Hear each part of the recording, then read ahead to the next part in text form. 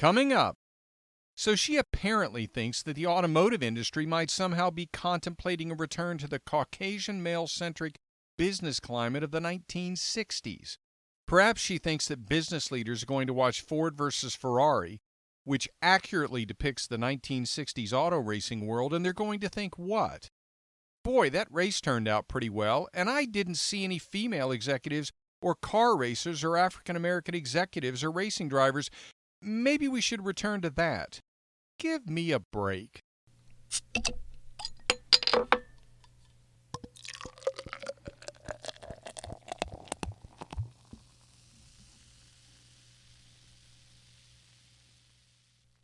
Welcome back to Political Spirits. I'm your host, Franklin Rye. We still stand for the proposition that the left and the right should have a few drinks and talk. Compromise is not a requirement. If those discussions result in us changing or even abandoning our positions, that's fine. If they don't, that's fine too. We just need to talk to each other. In that way, we can unify through speech. And if the discussion becomes a bit heated, at the end of the night, we should still be able to split up the bar tab and be on our way. So what are we going to talk about this week? Let's talk for a moment about a great movie. It's been in the theaters for a little over a week, and it's fantastic. The movie is Ford versus Ferrari, and it reminds me of so much I've loved about film over the years. And it accomplished the rare feat of running its entire length without two of the things that I've found most annoying about film over the last several years. The first is CGI. Films now are packed with it. Ford versus Ferrari has almost none of it. How refreshing to see actual stunts, actual explosions, actual crashing of cars, with none of it being a computer simulation. The second annoyance that's missing from Ford versus Ferrari is social justice messaging. Think about that. No lectures, no preaching the gospel of political correctness. Imagine that. The wife of one of the characters is depicted. They're having a hard time financially. And at one point she notes that she's working as many hours as she can, that she can't take any more shifts. Now this is the 1960s, so she probably could make a pretty good argument that she's being underpaid because of her gender. But she doesn't deliver a lecture about wage inequality, because that's not what the movie's about. She doesn't say, I can't take any more shifts and you better not be in a car race when I'm in the Women's Rights March, because that's not what the character was about. And that's not what the movie was about. They actually wrote, produced, and directed a movie about American figures in 1960s America without delivering a social justice message. Because that's not what the accomplishments of those individuals in the events in which they were involved were about. How shocking! And how shocking that I can say that's shocking and have people understand what I mean. I'm sick of being preached to in the movie theater, and I'm not alone. And I wasn't preached to in Ford versus Ferrari. Instead, I was presented with a story of a couple of legends of auto racing and their involvement with a legendary American auto manufacturer competing against a European auto manufacturer, which is perhaps the most legendary auto racing company of all time. And it isn't in any way a movie which can only be enjoyed by auto racing enthusiasts. Being entertained by stories about what can be achieved with a combination of bravery and obsessive dedication is not limited to those interested only in the focus of that obsessive dedication. That's why even those who have no particular interest in music can be entertained by movies like Whiplash, and those who have no interest in solving puzzles or reliving the drama and trauma of World War II can be thoroughly entertained by The Imitation Game. Ford versus Ferrari is that good. It's on that level. And it doesn't just limit itself to obsession with the specific project at hand. It does develop its core characters. It is a great film. But that wasn't good enough for at least one writer who found at least one of the aspects of film which I found to be refreshing to be instead damnable. Hannah Elliott, writing for Bloomberg News on November 15, penned an article entitled Ford versus Ferrari depicts a generation of car guys that's best left behind. So she watched this movie, so refreshing in its abandonment of computer tricks and its commitment to old-style production techniques, and so full of entertaining exchanges between characters who are buddies and those who are enemies on the track and in the business world, each of which was an undeniably unique character, and what she saw was, quote, a devastating picture of the lack of diversity that permeated the industry in the 1960s, close quote. She goes on to note, quote, if automakers want any hope of relevance in the next decades, as they face the most radical changes and challenges they've experienced in 150-odd years of automotive history, they would be wise to contemplate it closely, because Ford versus Ferrari shows the generation best left dead and gone, close quote. So she apparently thinks that the automotive industry might somehow be contemplating a return to the Caucasian male-centric business climate of the 1960s. Perhaps she thinks that business leaders are going to watch Ford versus Ferrari, which accurately depicts the 1960s auto racing world, and they're going to think, what? Boy, that race turned out pretty well, and I didn't see any female executives or car racers or African-American executives or racing drivers. Maybe we should return to that. Give me a break. In penning her article, making all of its social justice points, Ms. Elliott is like a movie studio that can't seem to stop making the same film. Just as the box office records show the world wasn't crying out for another Terminator movie, which incidentally is just another film pretending that remaking the same movie with a female-centric cast makes it a different movie. The world didn't need another article pretending to be a movie critique, but simply making the point that things were less equal between the sexes and the races in the past. We get it. We know that. Nobody disputes that. But that shouldn't prevent making a film that doesn't focus on that particular issue. And Miss Elliott doesn't just point out that inequality in her article, it is the focus of the article. She notes that, quote, men dominate the screen, close quote, for 98% of the 152-minute runtime. Quote, they are in executive suites at Ford and Ferrari, in the workshops and garages in Venice, on the track out at Willow Springs Raceway, and when I say men, I mean white straight men, close quote. Now, it appears Ms. Elliott wanted to see a different movie. So just as a couple of episodes ago I responded to the ridiculous position of a member of academia that the TV show SpongeBob SquarePants was racist by rewriting the SpongeBob theme song, so I'm going to remake Ford versus Ferrari into something that might meet Ms. Elliott's approval. The remade movie would be entitled Carroll versus the Patriarchy. In this film, legendary auto racer and designer Carroll Shelby, that's Carroll, C-A-R-R-O-L-L, is renamed Carroll Shelby, that's C-A-R-O-L Shelby, the transgender and African-American twin of the auto designer we all know. Ms. Carroll Shelby identifies as a female and wants to design a car and lead a race team with Ford Motor Company to take on the legendary womanizer and incidentally auto designer Enzo Ferrari in a quest to win the legendary race with the sexist name, Le Mans.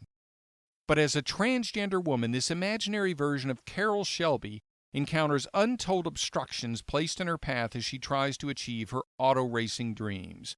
The movie opens to glowing critical reviews, an endless string of interviews for the stars, followed by Oscar nominations for Best Picture, Best Actress for lead actress Laverne Cox, and Best Screenplay, but with box office numbers making it one of the worst bombs of the last 10 years. In this politically correct remaking of the film, the new director appears on The View to blame the movie-going public's racist and transphobic tendencies for the economic failure of his critically acclaimed film. But, on a positive note, Bloomberg News writer Hannah Elliott would presumably publish a glowing review. Next topic.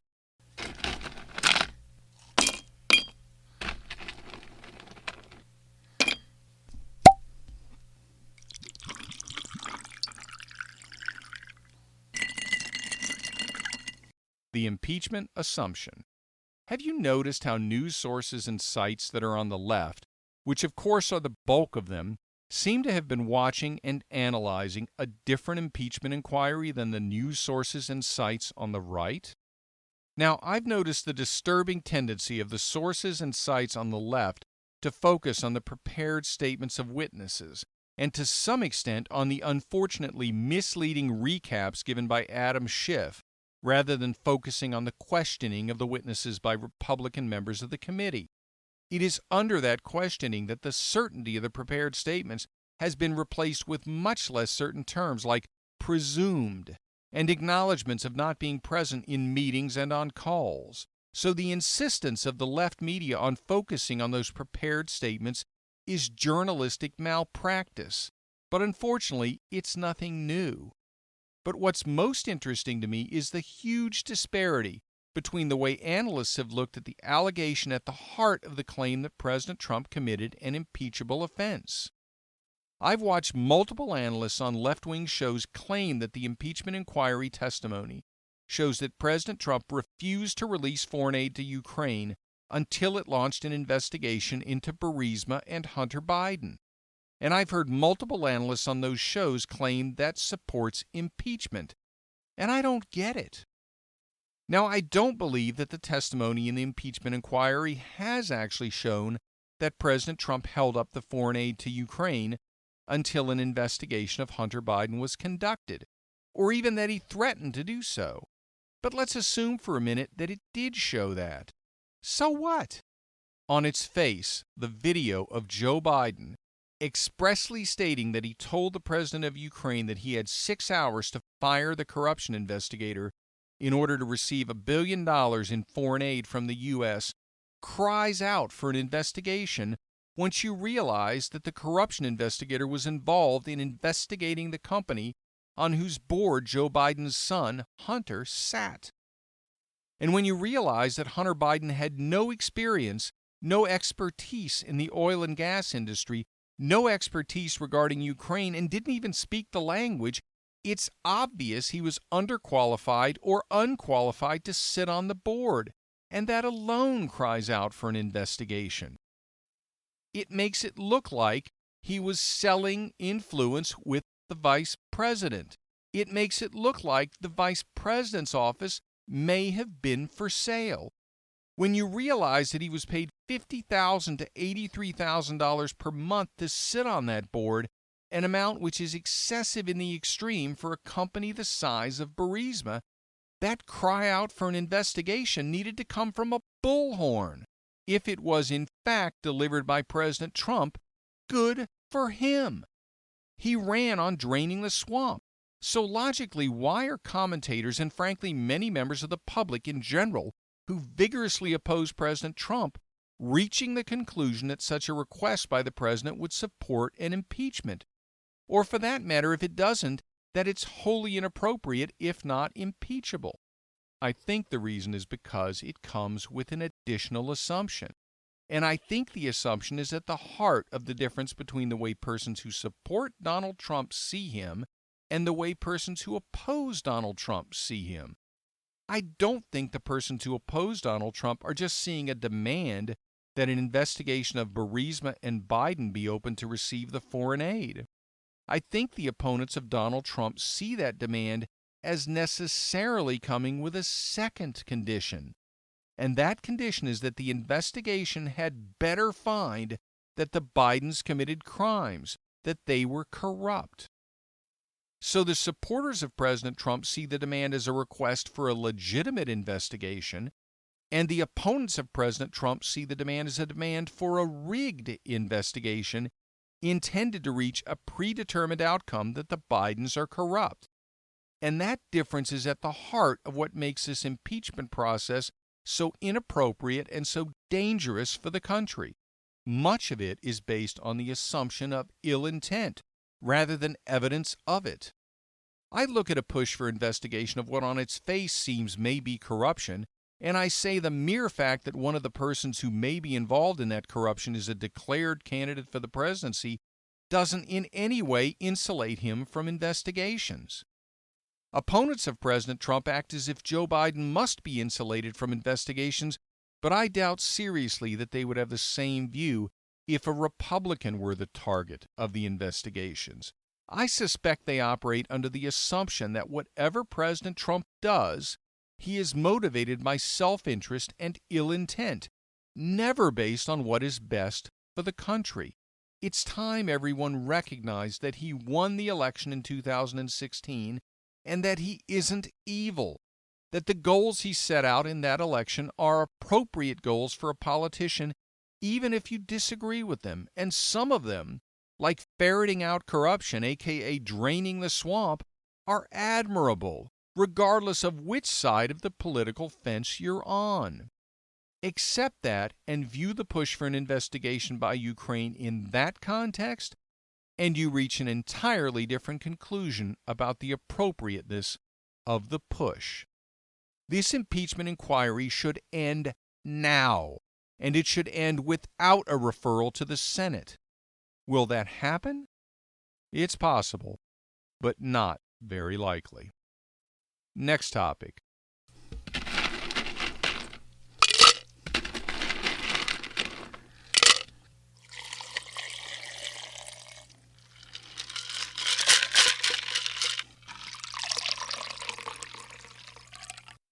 Debate boredom. Have you noticed how boring the Democrat debates are? It's not just that they seem to be saying the same thing over and over again. It's that they just don't seem to really be fighting for the nomination. There have only been a couple of instances in all of the debates combined that could really be called fireworks. One was the Tulsi Gabbard takedown of Kamala Harris several debates ago that I talked about in a prior episode. Another was Kamala Harris attempting to go after Gabbard based on her prior appearances on Fox News.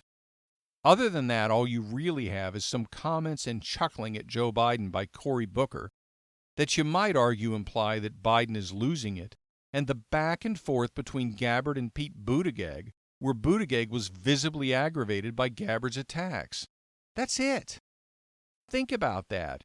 In a campaign with over 20 candidates for the Democratic nomination for the most powerful position in the world, only one candidate, Tulsi Gabbard, has come close to forcefully attacking her opponents on the issues or their qualifications. Does that seem like a real primary campaign to you? Why aren't they fighting? Why aren't they showing the public that they have real ideas and differences about those ideas? That there are real differences between their qualifications, and they care enough about leading the country that they're willing to expressly state how their competitors' qualifications fall short of theirs. And how are the networks letting this happen? The debate ratings are tanking.